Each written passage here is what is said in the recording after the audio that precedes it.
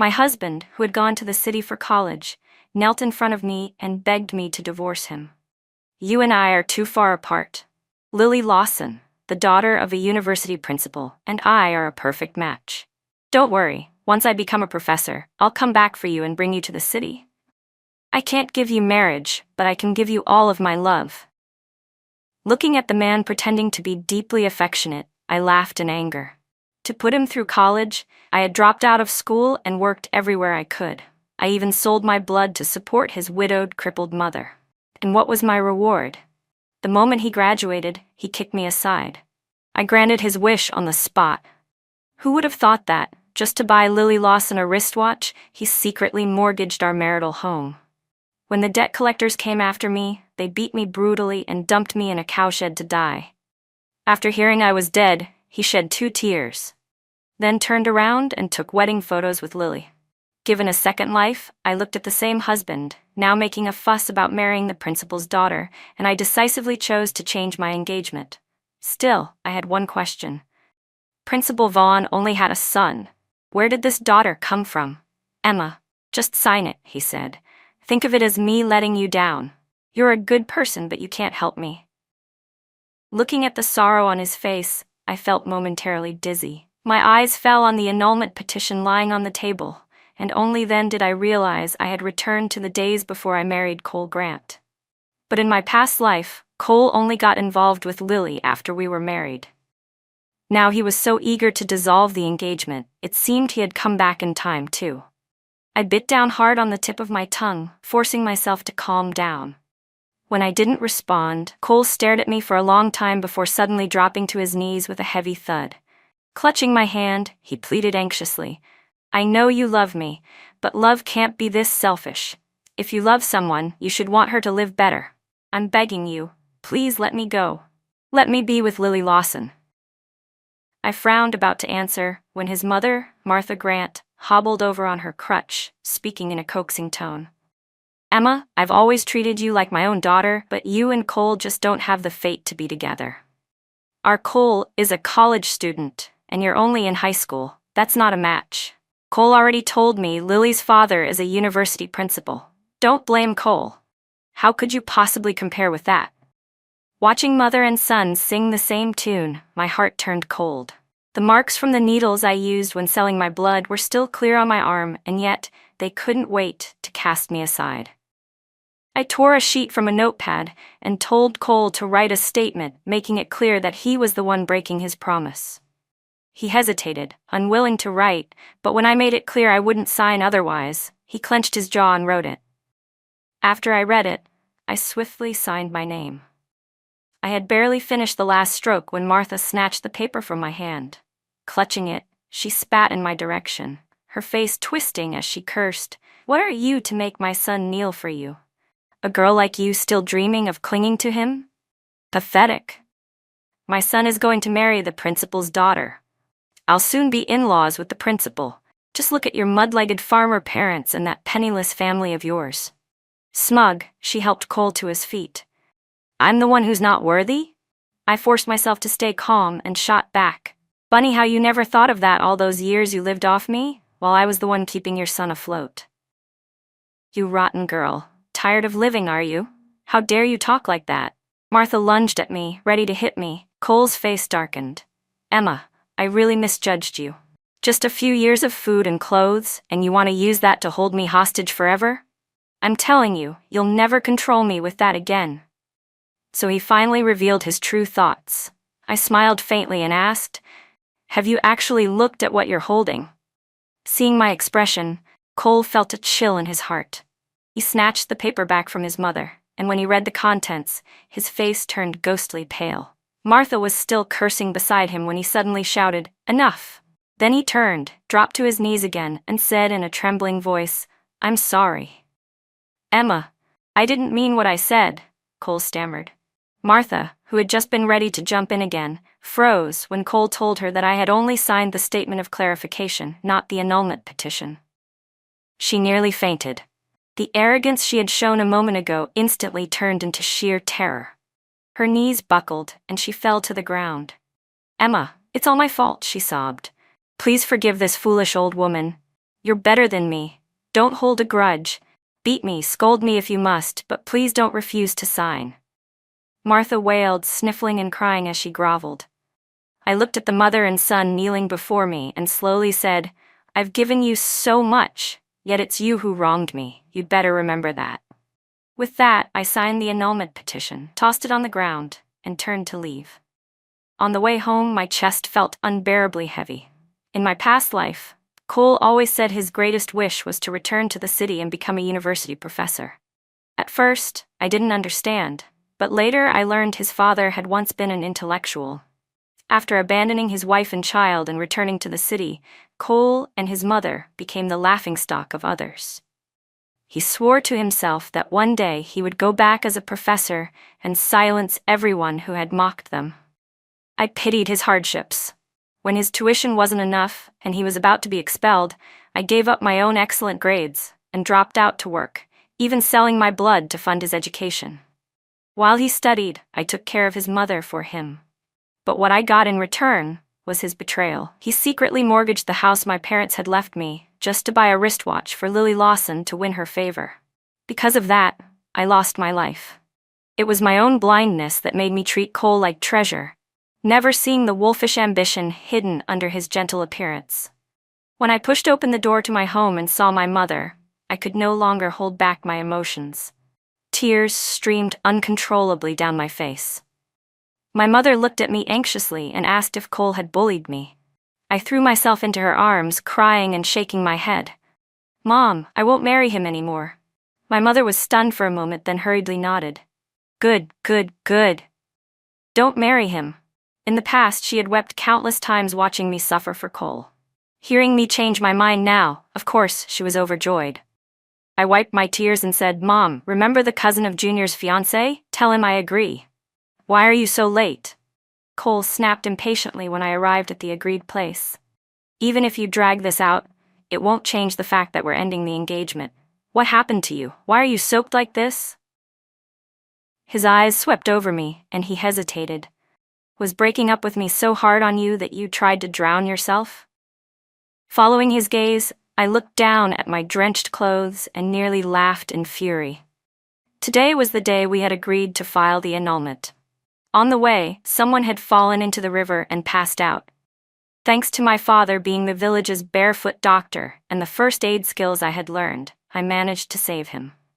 That was why I was a few minutes late. And yet Cole was narcissistic enough to think I had jumped into the river for him. "Don't be too sad," Cole sighed. "The truth is, we just aren't meant to be. My mom had a fortune teller check. Your birth chart clashes with mine. If we're together, we'll never be happy." I found it laughable. In the past, when they wanted my money and effort, his family claimed our signs were perfectly compatible, a match made in heaven.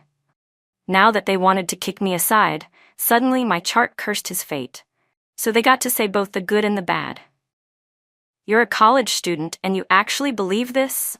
I asked coldly. "What's the point of all the studying you've done?"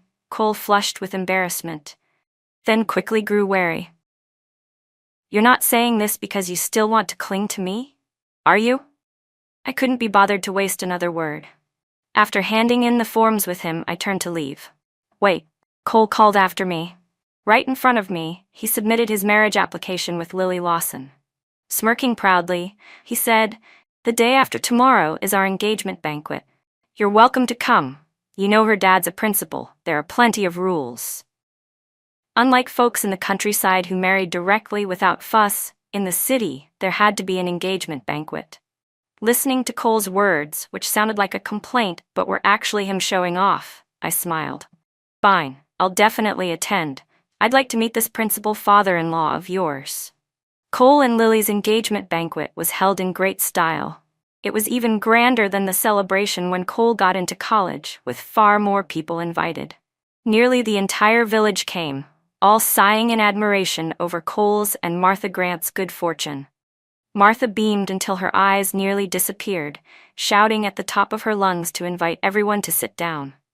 During the ceremony, Lily Lawson took the microphone and said, "I know my fiancé is outstanding, but since we're about to be married, I hope certain shameless women will stop clinging to him." Cole quickly grabbed the mic and declared passionately, My heart belongs only to Lily. Even if someone threatens me by throwing herself into a river, I will never give in. Lily, don't worry. The only daughter-in-law our Grant family will ever acknowledge is you. No lowly country girl will ever enter our home. From the audience, Martha pounded her chest and shouted, "That's right! I also hope certain people will have enough self-awareness and stop pestering us." Cole went on with a look of deep sorrow, saying, "This harassment has caused great distress for me and my fiancé." The guests whispered among themselves, their gazes turning toward me. Everyone in the village knew Cole and I had been engaged, and his words just now had all but named me outright. I smiled faintly, stood up, walked to the stage, and snatched the microphone. First, let me congratulate Cole and Lily again. They're a well-matched couple. Second, I have a personal announcement I'd like to share with everyone here. At my words, Cole's face instantly turned pale. With all the guests watching, he couldn't snatch the microphone back. Martha looked as though she might faint. After I had enjoyed enough of their terrified expressions, I continued, "I'm getting married." Gathering my courage, I looked down into the crowd and asked, "Ryan Miller, will you marry me?" Ryan froze in shock. My face turned burning red before he finally came to his senses. Overjoyed, he cried out, "Yes, Emma, I will. I'll treat you well for the rest of my life." Looking at the shy, excited Ryan, I couldn't help lowering my head with a bashful smile. "No way, how could you marry him?" Cole's face twisted in disbelief. "I don't agree." He tried to rush toward me, but Lily clamped down hard on his arm and stopped him. After the ceremony, Ryan walked me home. Blushing, he told me he would come to my house tomorrow to formally propose, and hoped we could marry as soon as possible. Remembering all he had done for me after my death in my previous life, I no longer doubted his sincerity and agreed. But just after I sent him off, Cole stormed in, furious. "How could you be so cheap, Emma? Starving enough to eat anything that comes your way?" His face was filled with disdain. "How could you just pick some wild man to marry?" I didn't bother explaining. I simply stood and told him to leave. His eyes swept over me, and when he saw the hair clip on my head, he sneered knowingly. "Ah, so that's why you suddenly announced you were getting married, just to spite me. Don't worry. As long as you behave, I'll still find a way to take you to the city in the future." I touched the clip. I had almost forgotten. This cheap trinket worth only a few cents was the only gift Cole had ever given me. With it, he had bound me to toil for him like a beast of burden for years. Now he thought I was marrying out of spite because of it? I yanked the clip from my hair and threw it at him. Behind me, Cole called out, "Even if you're angry, there's a limit. Don't cross the line, or I'll really be mad." I slammed the door shut and ignored him. Ryan and I set our wedding day for the 6th of the month. Coincidentally, Cole and Lily's wedding was on the very same day. The village arranged a collective ceremony for both couples, and the village chief personally presided. Cole spent lavishly on marrying Lily. All three of the traditional big items were fully prepared. Compared to my past life, when his bride price for me had only been a simple kettle, the difference couldn't have been greater. The villagers whispered among themselves about Cole's bride price. "The Grant family isn't well off. How could they afford such an expensive dowry?" Another voice chimed in. "I heard they mortgaged their house just to pull it together. Are they crazy? Where will they live after this?" Martha rolled her eyes and snapped, "What do you know? My son is marrying the daughter of a university president. After the wedding, we'll be moving to the city to live with them." Everyone around her forced smiles and nodded, unwilling to offend the future in-laws of a college president. It was nearly time for the wedding ceremony to begin, yet Ryan Miller still hadn't shown up.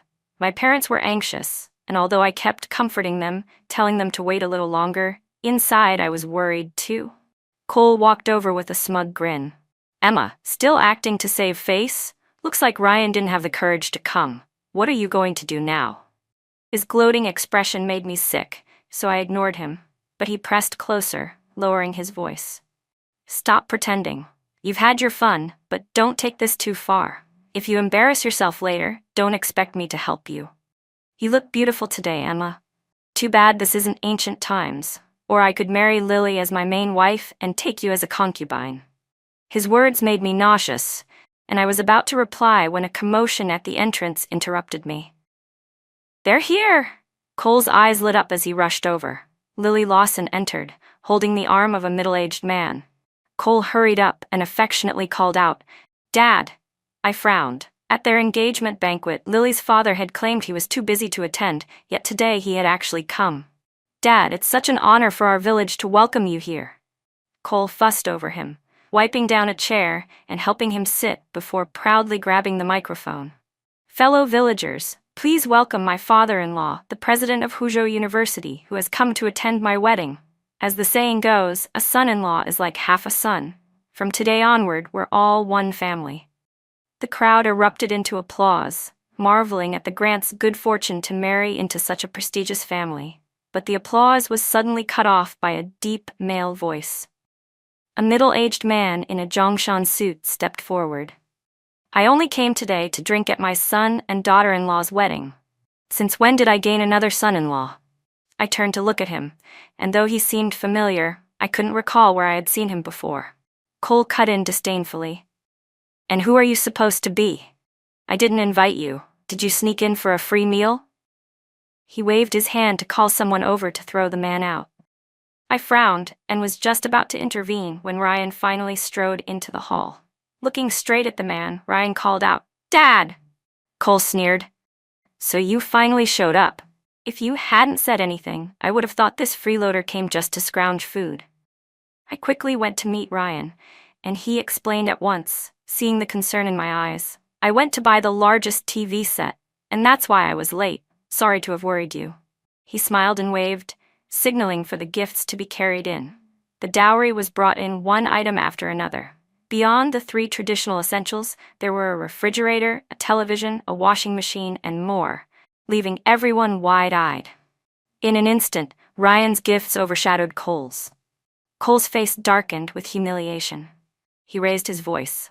"Emma, think carefully. Where did he get the money for all this? He must have stolen it or robbed someone. If you marry him out of spite and he ends up in prison with a criminal record, 3 generations of your family will hang their heads in shame." "Is this the quality of a Huzhou University student?" Ryan's father, Mr. Miller, asked coldly. Cole snorted and mocked him. "Ha, and what makes you qualified to judge me?" His eyes grew even more hostile. At that moment, another group hurried in. "Sorry, we're late," one of them said. Cole's eyes lit up again when he saw them. "Director Liu, you came to my wedding too?" He rushed up eagerly, but the man leading the group didn't even recognize Cole. "We're here for President Vaughn's child's wedding." "That's right," Cole said proudly, his face glowing with excitement. "He's my father-in-law. Please, come inside." But Director Liu suddenly hesitated, then as if realizing something, quickly stepped forward and bowed respectfully to Ryan's father. "President." The word left everyone in the hall stunned. My heart tightened. Ryan had never once told me his father was a university president.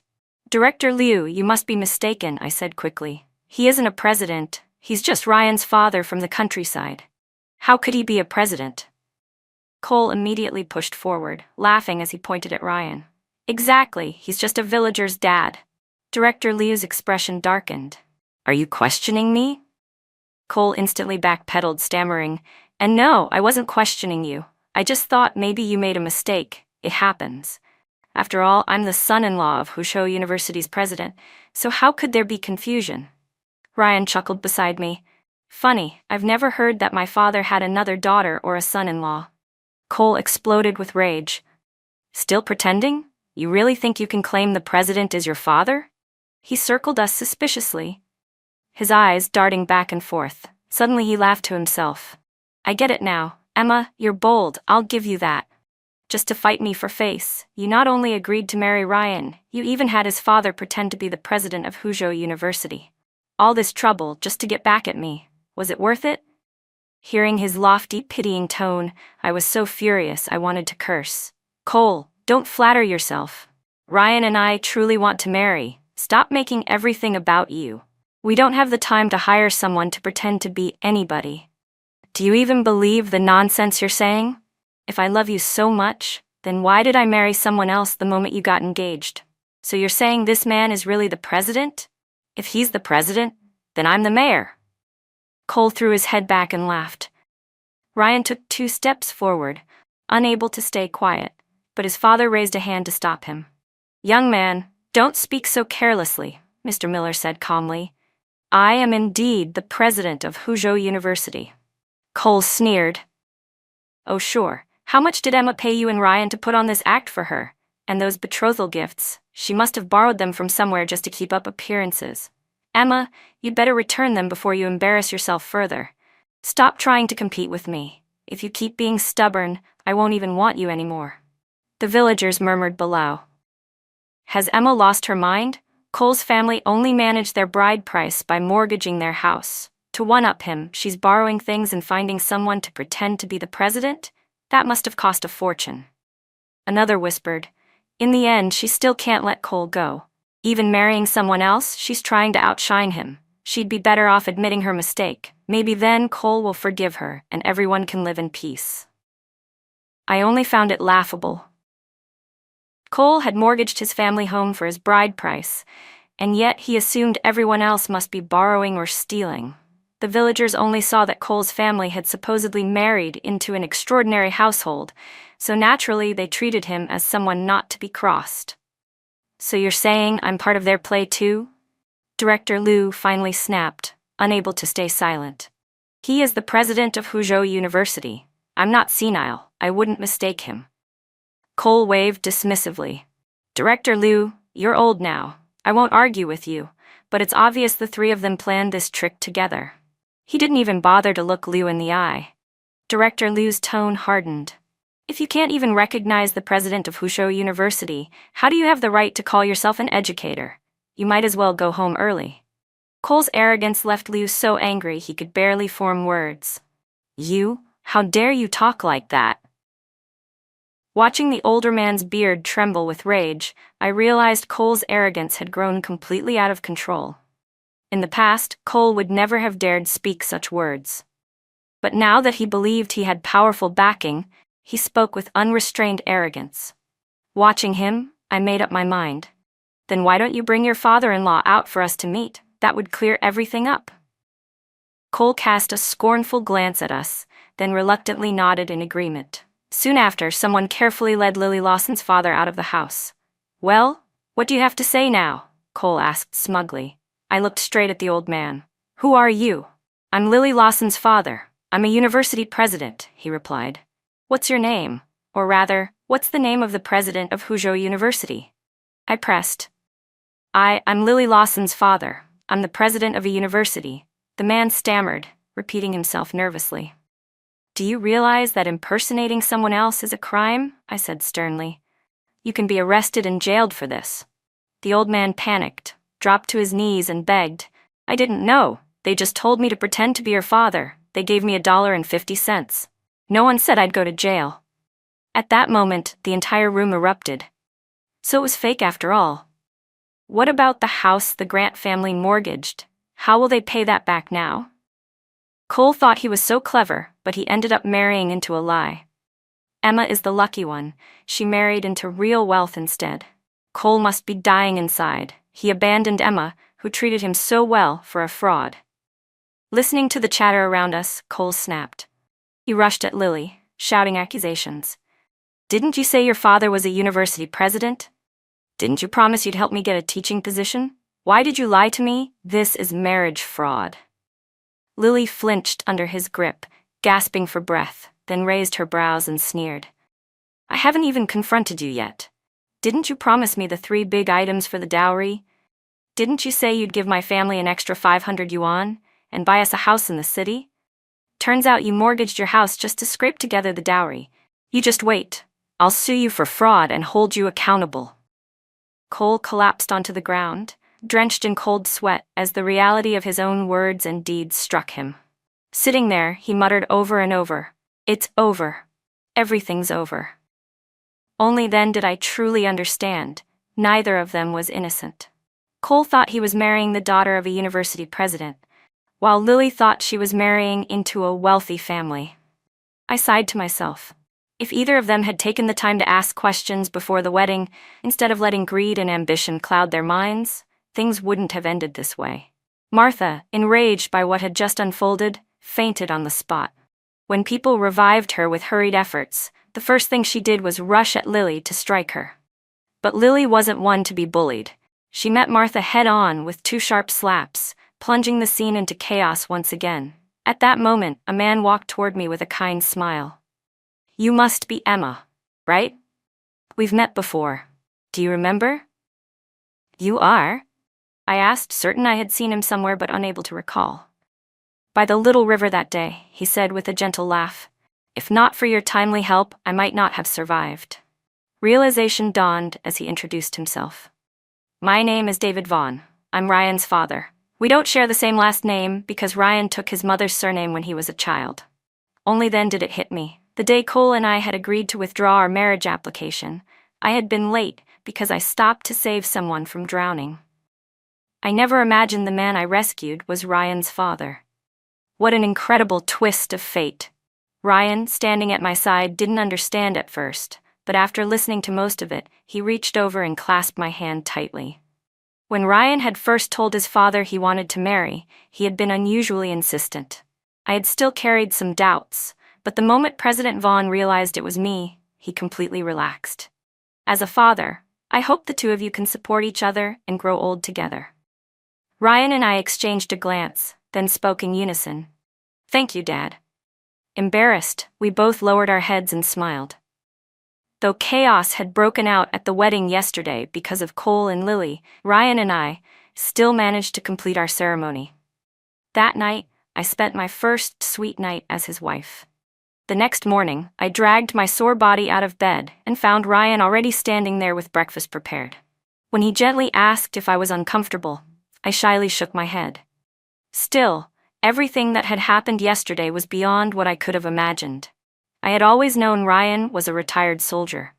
But now his father turned out to be a university president? Ryan noticed my confusion and smiled. "My mother passed away when I was very young.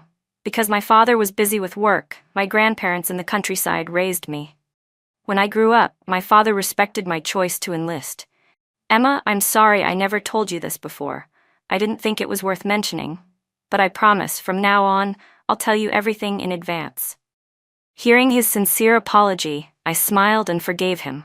The reason I chose to marry him in the first place was because of who he was, not because of his family background. If I had chosen a husband only for external prestige, I might have ended up like Cole and Lily, destroyed by greed and vanity. Speaking of Cole, everything that happened at the wedding had made him infamous in the village. In the days that followed, all anyone gossiped about was him and Lily, and from the sound of it, life wasn't going well for him. I didn't bother to pry. I was content simply living my life peacefully with Ryan. But one day, Cole came looking for me. Just a few days apart, and he already looked worn and haggard, nothing like the beaming man from the banquet. "Emma, are you doing well now?" he asked, staring at me with false tenderness. Before I could reply, he went on, "These past few days have been hell for me, like living in purgatory." I didn't want to listen to his rambling, but he blocked my path again. "I know I hurt you deeply before. I was wrong. Please forgive me, won't you?" He stepped closer, making me recoil in fear. "I don't care about any of that anymore. I have a new life now, and I don't care about the past," I said coldly. I would never forgive the pain he had caused me, but with Ryan by my side, all I wanted was to live my own quiet, happy days. The past meant nothing to me now. "Emma, I've finally figured it out," Cole sighed regretfully. "I let myself be blinded by wealth and status, and that's why we were torn apart. But I've realized my mistake. I can't let this continue. From today on, I'll make things right and put everything back on track." His voice was feverish, his eyes unnaturally bright. "Emma, I know you married Ryan, but if you divorce him now and marry me, we can still be together. Of course, there won't be a bride price, and we don't need a wedding. After all, it would be a second marriage, so no need for extravagance. Don't worry, as soon as we're married, your family can buy the wedding house just like before. I'll talk to my mom, and when the time comes, don't be so stubborn. Just bow your head and admit you were wrong." "Stop. Enough," I cut him off, utterly stunned by the thickness of his skin. Where did he find the confidence to say such things? "What's wrong, Emma?" Cole leaned in, still not finished. "Don't be afraid. As long as you treat me and my mother wholeheartedly, I won't mind that you're a divorced woman," Cole said. My whole body trembled with rage. Wholeheartedly for her? He wanted me to work myself to the bone again, even sell my blood like in my past life, just to keep him and his mother fed, let them keep draining my blood and eating my flesh? Forget it. Give up on this, Cole. I'm married to Ryan now. I will never leave him, I said, forcing myself to control my anger. Cole blinked, unable to process my words, still waving his hands about. My mom already checked the calendar. The 8th of next month is a perfect day for us to register our marriage again. Even after I repeated myself several times, he just stood there dumbfounded. What did you say? His eyes went wide, disbelief plastered across his face. It took him a long moment to realize what I meant, and then his expression twisted into fury. You refuse. You love me so much. How could you refuse? He paced back and forth anxiously, then his face hardened. I get it. It's because his father is a university president, isn't it? You're such a shallow woman, chasing wealth and status. You despise me just because I don't have a good father? You look down on me? I'll tell you this, don't underestimate a poor young man. How do you know I won't surpass him one day? Looking at the crazed man before me, I didn't want to waste another word. Cole Grant, ask yourself honestly, have I ever once wronged you, in this life or the last? His face drained of all color. Panic flickered in his eyes. What are you saying? Could it be you too? Who was it that chased wealth and power from the very start? I cut him coldly. And you have the face to pin it on me? From beginning to end, I never even knew Ryan's family background. But you, twice now, you abandoned me for Lily Lawson because you thought she was a principal's daughter. The moment you heard that, you kicked me aside like garbage. And the second you realized she wasn't, you came crawling back. In my last life, because of you, I lost my very life. I was the fool then. If I truly cared about who your father was, I never would have worked myself into the ground for you. Never would have sold my blood, never would have died for you. If you have even a shred of conscience left, don't come near me again. I threw the words at him and turned to leave. I had barely taken 2 steps when behind me came a heart-wrenching cry. Emma, I'm sorry. But I didn't pause. My stride never faltered as I walked away. When I got home, I told Ryan everything that had happened. I wanted him to know clearly, there was nothing left between Cole and me. After listening, Ryan frowned deeply. From now on, if you ever run into him alone, run as far as you can. A man so desperate to climb higher, beaten down by fraud and humiliation, who knows what extreme things he might do. Seeing how tense he was, I couldn't help but laugh softly and agree. All right, he insisted. Starting tomorrow, I'll take you to and from work every day. I won't feel at ease otherwise. I nodded, touched by his protectiveness. From that day, Cole didn't appear again. We slowly let our guard down, but just as we were beginning to relax, an unwelcome guest arrived. Emma? Emma? Martha's shrill voice carried into our yard as she cried out my name. When Ryan and I stepped outside, her wailing had already drawn a crowd of curious villagers. Emma, you can't just stand by and let him die. I beg you, please save Cole, she sobbed. We were husband and wife once. 100 days of kindness at least. You can't be this heartless. My face darkened instantly. Ryan's expression grew stormy as he stepped forward, ready to throw her out. I held him back. Wait. Turning coldly to Martha, I said, make yourself clear. You are Cole's and Lily's mother, not mine. Emma, you can't be this cruel, Martha wailed. Since that day he saw you, Cole has been demanding a divorce. He says he owes you, that he can't let you go. Lily refuses, so now he starves himself every day, refusing to eat. I don't know what spell you cast on him, but you've turned him into this. You have to take responsibility. Martha wailed, her face streaked with snot and tears as she accused me. I know you've married into the president's family now, and you look down on us poor folks. But this is still a human life. Cole never did anything to wrong you. Her words, full of twisted meaning, stirred the crowd into murmurs and gossip. But I didn't get angry. Instead, I turned back into the house, retrieved something, and came out holding it high. Yes, Cole and I once had an engagement, but because he wanted to marry Lily Lawson, he personally wrote this statement of clarification. Everyone, come take a look and judge fairly. Between Cole and me, things are clean and clear. It was your family who broke the engagement first. Now that I've married, you come here to ruin my name. What exactly are you trying to do?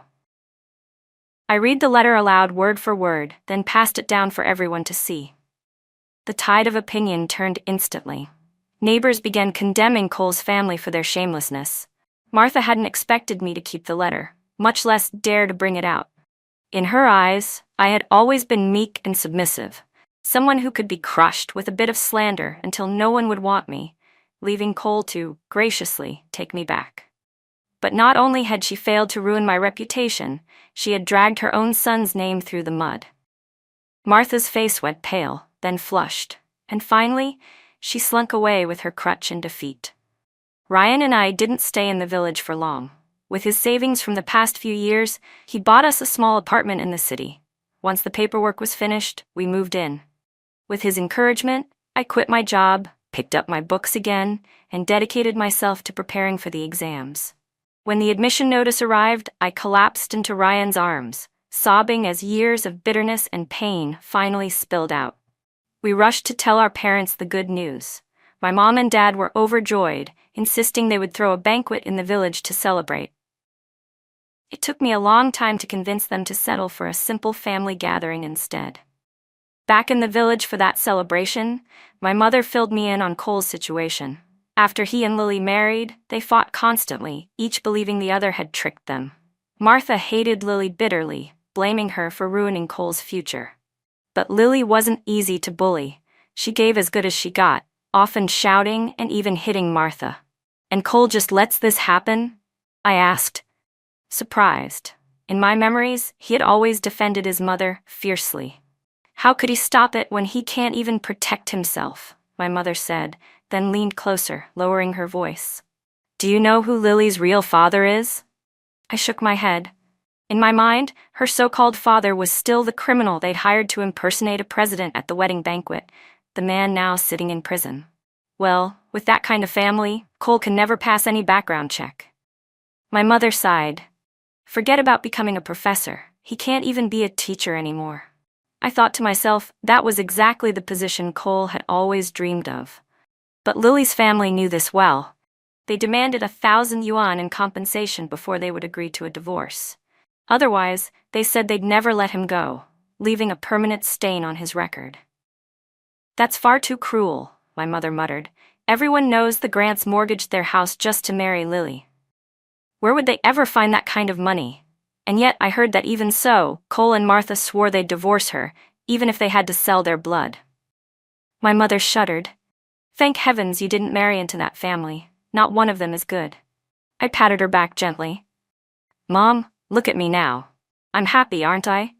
She nodded with relief, though only I knew the depths of what I had suffered in Cole's home. But none of that mattered anymore. As Ryan walked in to find me, I smiled and looped my arm through his, stepping out with him. The people and events of my past life could no longer touch me. I had already begun a brand new life. Bo back.